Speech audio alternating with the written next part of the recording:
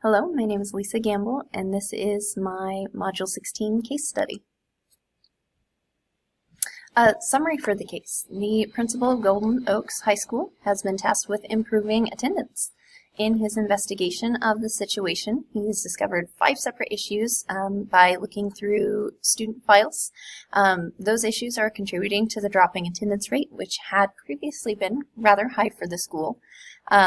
Issues include teachers lacking in attention to their own attendance in the classroom, office staff excusing absences for purposes that were not included in the district attendance policy, lacking parental support for getting students to school, and missing some connections between student issues being reported to counselors. The legal and ethical issues here are that not all school staff are following the district policy pertaining to attendance, and many of those adhere to state guidelines requiring students to be present in schools. The school has a responsibility to ensure the education of students and does require compulsory attendance for students. When the school is not upholding that responsibility, they are not in compliance with the state's laws. The school is required to explain the absences, and it's not been consistently documented. Children do have the right to be protected from the ignorance of parents who might keep them out of school for various reasons. For example, in the case study, the father who thought it was acceptable for his son to drop out and just work for him. So it is still the school's responsibility to step in and do everything they can to provide an education for that student. So what's happened? Staff members of the school have not consistently followed the district policy in regards to attendance, and as a result, the students have been excused for extraneous absences, and issues for counselors have gone unreported. The facts. Staff has failed to report concerns to the counselor, even though in one case parents had specifically called the school and requested that their child meet with the counselor in the case of the student who was married. Teachers have been excusing absences for multiple students that are outside of the district policy for ongoing vacations and for surgery and physical therapy. Parents have encouraged students with options outside of school. As I mentioned, the father who has said, it's okay if my student doesn't finish school, I didn't finish, so he'll just come and work for me.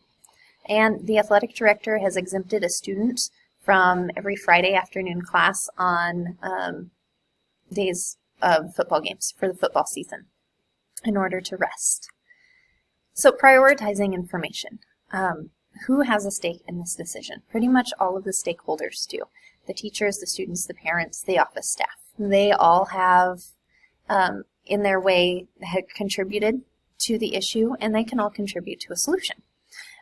What information is still needed to make the best possible solution would be we still need to look at demographic data and analyze other trends over the past years.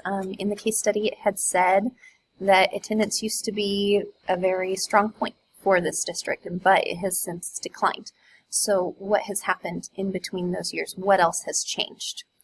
Compare recent attendance data to those last years, and what underlying factors might be leading to a decline in attendance that doesn't seem obvious. So looking at that demographic data would really help with that information. Parents don't want the school to tell them what to do, so there could be some conflicts there. The school does have a legal obligation to ensure that the students' rights to education are upheld, and conflict could arise in communicating those expectations to office staff and teachers who've been excusing those absences because it's the way they've been doing it for a long time. And so they might balk at somebody telling them, we're going to go this way now. So options and possible consequences. I would like to review the attendance data from the years where the school had better attendance, compare those attendance rates, review other data sets that may show an underlying cause of the change.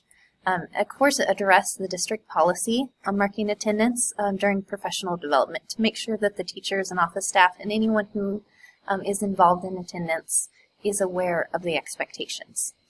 Review state law regarding attendance with those involved, and then involve those staff members in creating a plan for improvement.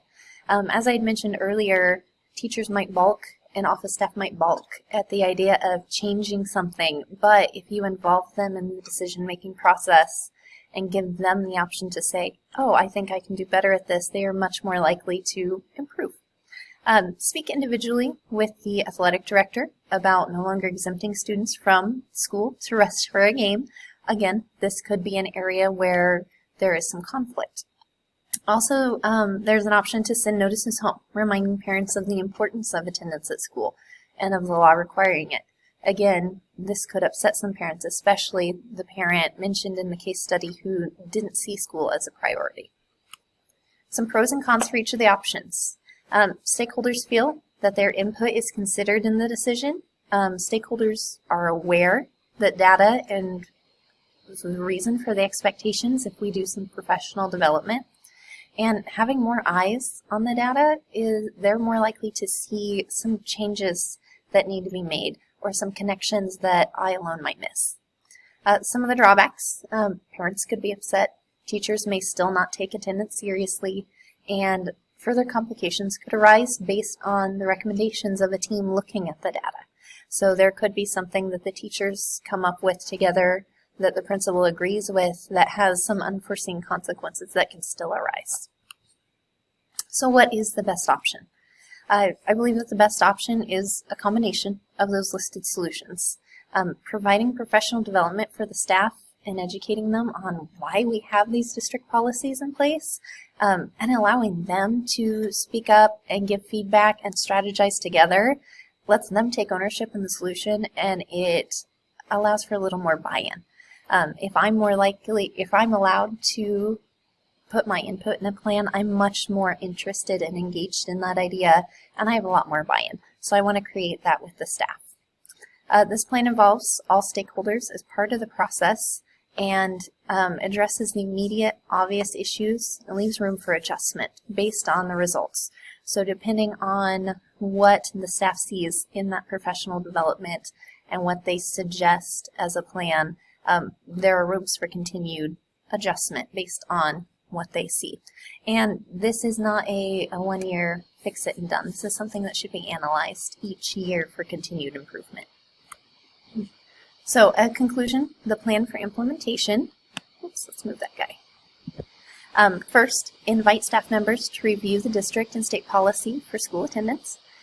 Share data from previous years alongside the current year's attendance. Include disaggregated demographic data and allow staff to analyze that data, see if they find any hidden causes, and make some suggestions for improvement. Review that staff improvement plan, adjust it as necessary, and then take steps to implement that plan.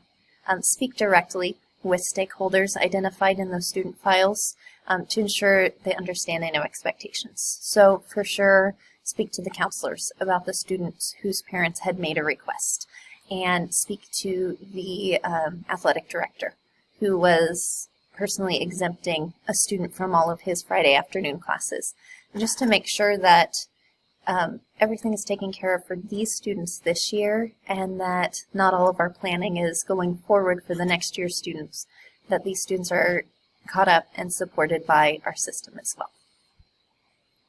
And that is all for my presentation. Thank you very much for watching.